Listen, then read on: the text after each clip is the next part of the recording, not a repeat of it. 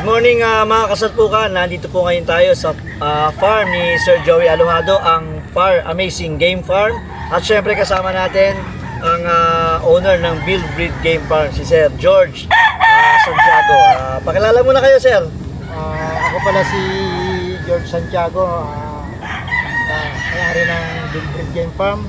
At the same time, chapter president ng Salpucan Laguna at kasalukuyang national vice president ng Salpucan. Si Joey. Good morning po sa lahat ng mananabong sa buong bansa at ang ating mga loyal members ng Salpucan. Ako nga po pala si Joey Alojado, CEO and founder po ng Salpucan Youth Generation. Dito po kayo sa amin ngayon sa aking sariling farm dito sa Montalban, Rizal, ang Amazing Game Farm. Ayan, mga kasalpukan, ngayong umaga pag-uusapan po namin ang mga pangyayari sa nakaraang palaban ng Salpucan, ang 6 Stag Super Derby ng Stag Westmaster. Sir Joey, ano po bang naging kinalabasan ng palaban ng Salpucan itong mga nakaraang pa-derby natin? Actually, way back between nakaraang taon, 3 po yata ang ating nag-champion. Pero ngayon, napakatindi po ng labanan.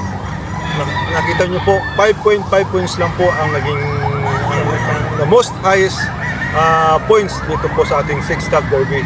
At nagkaroon po tayo ng 4 na set. Yung set A po natin, which is naginanap po dyan sa Cagayan, Galvier de Cagayan po sa Cagayan, Isabela. Cagayan Valley, I'm sorry. At dito po naman sa set B natin, Santa Monica, November 24 and 25, wala pa rin po nakakuha po ng perfect points, which is 5 points lang po ang nakakuha po ng the most highest score. And the last set po, yung San Pedro Cockpit na ginanap po sa ating pong set D na ginanap po sa San Pedro Cockpit, na wala pa rin po ang nakakuha po ng perfect points, which is ang naging champion po dito sa ating huling in the recent 6 Stag National Derby national category is yung Perama 88 na mula po sa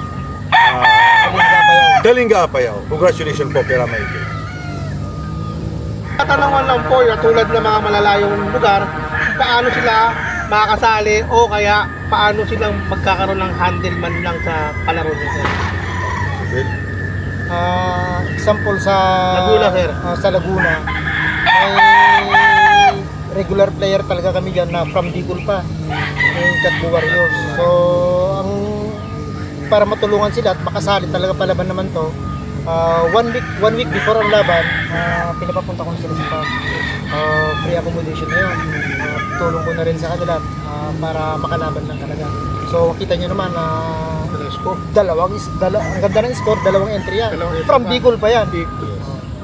So ganun namin sila pinapahalagaan kasi taon-taon naman tuwing may palaban ng Salpucan ay sumasali talaga. Para lang yung allowance din, ganun din, 10K per entry. Malaking tulong din sa kanila yun. Kasi ang layo eh. And also in addition to Vice, actually meron tayong chapter which is Romblon, Tawid Dagat yan. We also accommodate Tawid Dagat like Romblon. Kung ano yung naging allowance dito sa ating mga loyalty members is which is 10,000. Nagpa-plus pa kami ng 5,000 na subsidy para lang madagdagan yung kanilang panggastos. Like siyempre, ang Tawid Dagat is malaking gastos yan. Actually, we also offer for different side of our country yung ganitong pong sistema. Doon sa Visayas, Mindanao, na basta pong matino na chapter ay amin pong i-accept with this kind of accommodation. Kaya tawagan nyo kami at pag-uusapan natin dito, maganda labanan sa Luzon. No pot money, 5,000 minimum bet.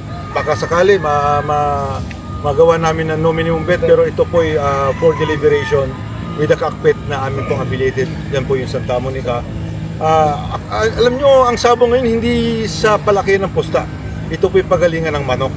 Pagalingan kung paano natin i-adapt itong ating nakahiligang sports, ang sabong. Kaya kailangan lang mag-breed, kailangan lang magganda ng magagaling na manok. Ruweda lang, sa ruweda lang natin paglalabanin. Pag sinerte tayo, talagang para sa atin, mag-uwi tayo ng magandang premyo. Press Joey, alam naman natin na itong Salpucan national, lumalaki na yung pamilya, no? Tanong ko lang po, open pa rin po ba ang salpukan sa iba't ibang lugar na gusto pang sumali o naisumubok sa mga palaban ng salpukan?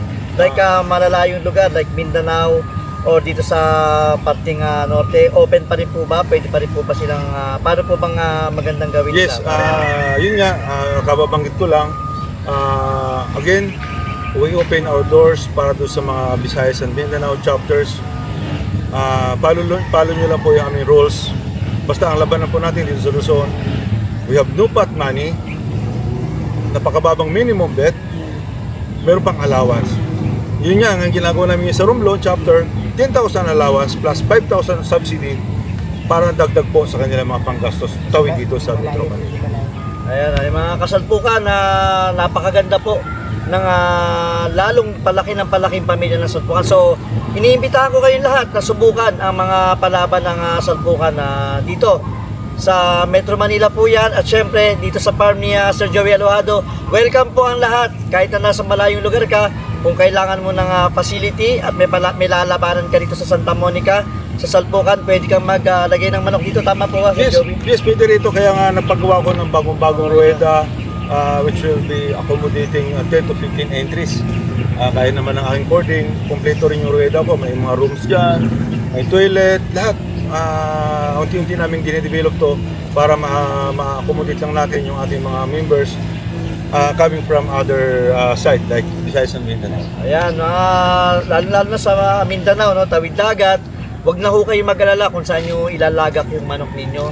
Naka-ready po ang Para Amazing Game Farm na sa kanilang mga facilities para mai-accommodate po yung mga gustong Yes. sumali, no? Yes.